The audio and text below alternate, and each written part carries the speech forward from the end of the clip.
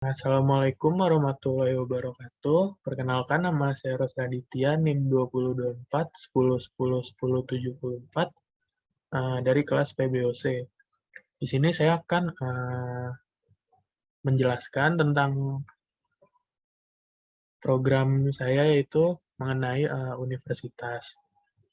Nah, di sini itu terdapat 4 objek, yaitu yang pertama ada jurusan, kemudian ada mahasiswa, dosen, dan mata kuliah.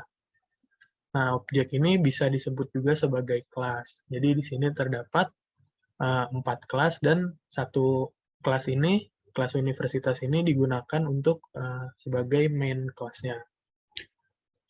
Untuk implementasi pertemuan ketiga itu tentang konsep dasar PBO, yaitu di sini ada pembuatan kelasnya. Saya membuat 4 kelas, yaitu kelas jurusan, kelas mahasiswa, kelas dosen, dan kelas mata kuliah. Kemudian untuk implementasi pertemuan keempat mengenai konstruktor nested class dan setter getter. Untuk setter getter di sini pada 4 kelas ini terdapat setter getter, yaitu seperti ini di sini dapat set nama jurusan dan get nama jurusan. Selanjutnya untuk implementasi pertemuan kelima, yaitu tentang atribut dan metode. Di sini pada 4 kelas ini terdapat masing-masing atribut. Nah, contohnya seperti pada kelas jurusan, di sini terdapat 3 atribut, yaitu nama jurusan, jenjang, dan ID jurusan. Nah, untuk metodenya sendiri itu di sini terdapat beberapa metode.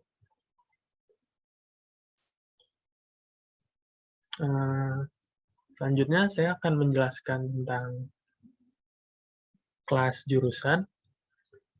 Di sini terdapat 3 atribut. Untuk atribut yang pertama itu nama jurusan dan jenjang itu menggunakan tipe data string, dan untuk ID jurusan menggunakan tipe data integer. Kemudian di sini ada metode untuk setter dan getter. Nah, untuk setter ini digunakan untuk menginputkan nilai. Nah, jadi di sini kita dapat menginputkan nama jurusan. Kemudian pada metode getter ini digunakan untuk mendapatkan nilai yang sudah kita inputkan tadi. Selanjutnya ada metode jurusan. Nah, di sini kita dapat menginputkan jenjang kuliah dan ID jurusan. Di sini kita dapat menginputkan jenjang perkuliahan, dan kemudian kita dapat menginputkan ID jurusan. Selanjutnya itu terdapat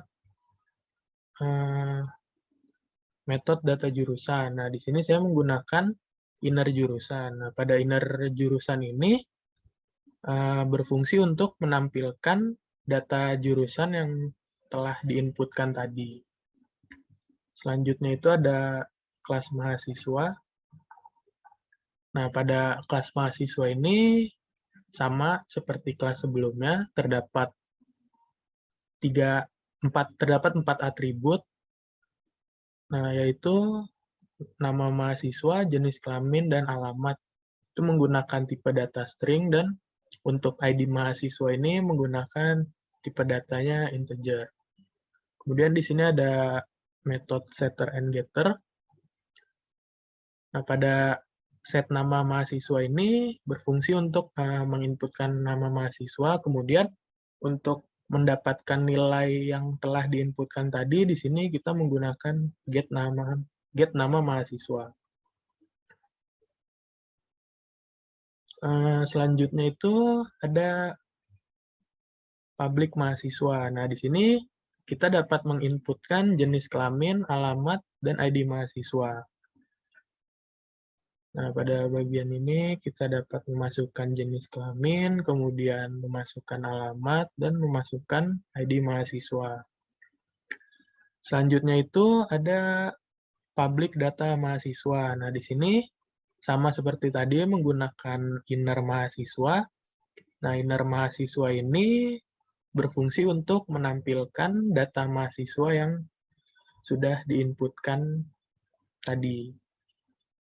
Selanjutnya ada kelas dosen. Nah, untuk kelas dosen itu kurang lebih sama seperti kelas mahasiswa tadi, itu terdapat 4 atribut, yaitu nama dosen, jenis kelamin, dan alamat. Itu menggunakan tipe data string, kemudian untuk ID dosen itu menggunakan tipe data integer.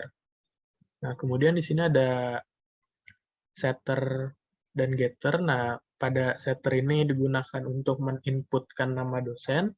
Kemudian pada getter ini digunakan untuk mendapatkan nilai yang telah kita inputkan pada setter tadi. Dan di sini ada public dosen. Nah, untuk public dosen ini kita dapat menginputkan seperti jenis kelamin, alamat, dan ID dosen. Nah, pada bagian ini kita dapat menginputkan jenis kelamin, kemudian bagian ini kita dapat memasukkan alamat, dan pada bagian ini kita dapat menginputkan ID dosen. Dan di sini juga sama menggunakan pada public data dosen ini kurang lebih sama seperti kelas-kelas sebelumnya, itu menggunakan inner dosen. Nah, fungsinya itu untuk menampilkan data yang telah kita inputkan sebelumnya. Kemudian lanjut yang terakhir itu ada kelas mata kuliah. Nah, pada kelas mata kuliah ini terdapat 3 atribut, yaitu nama mata kuliah menggunakan tipe data string, kemudian ID mata kuliah, dan jumlah SKS itu menggunakan tipe data integer. Kemudian di sini kita menggunakan set nama mata kuliah itu berfungsi untuk menginputkan nilai. Kemudian di sini kita menggunakan get nama kuliah itu untuk mendapatkan nilai yang telah kita inputkan pada set nama kuliah tadi. Selanjutnya di sini ada public mata kuliah. Ini kita dapat menginputkan ID mata kuliah dan jumlah SKS. Nah, pada bagian ini kita dapat menginputkan ID mata kuliah, dan pada bagian ini kita dapat menginputkan jumlah SKS. Kemudian ada public void data mata kuliah. Di sini menggunakan inner mata kuliah, itu berfungsi untuk menampilkan data mata kuliah yang telah kita inputkan tadi. Selanjutnya itu ada kelas universitas. Nah, pada kelas universitas ini digunakan sebagai main kelasnya. Nah, di sini itu bisa digunakan untuk memanggil kelas-kelas sebelumnya, untuk memanggil kelas jurusan, kelas mahasiswa, kelas dosen, dan kelas mata kuliah. Dan juga pada kelas universitas ini kita dapat melakukan inputan pada kelas-kelas sebelumnya. Selanjutnya ini kita run aplikasinya.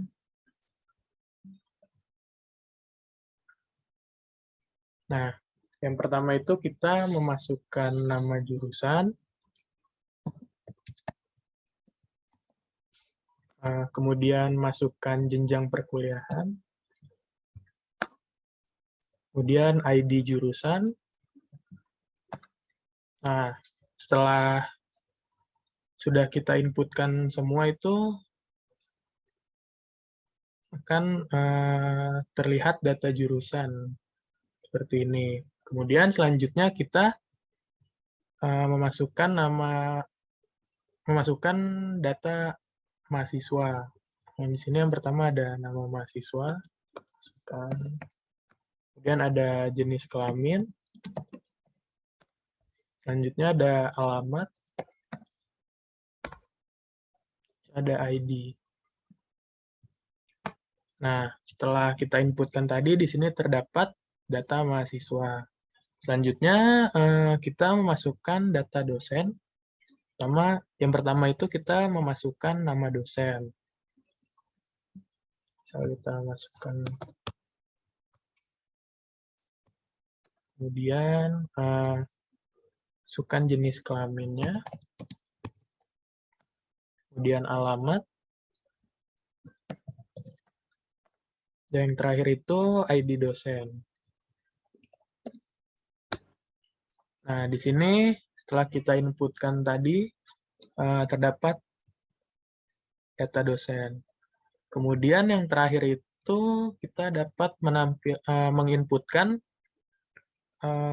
mata kuliah. Yang pertama itu kita menginputkan nama mata kuliah.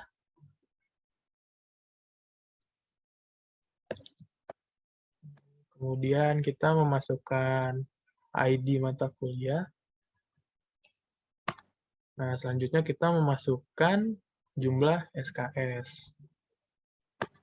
Nah, jika sudah itu semua datanya sudah tertampung di sini dan kita bisa melihat data-data tersebut seperti data jurusan, kemudian data mahasiswa, kemudian data dosen, dan juga data mata kuliah. Ya, mungkin sekian yang dapat saya sampaikan. Kurang lebihnya mohon maaf. Wassalamualaikum warahmatullahi wabarakatuh.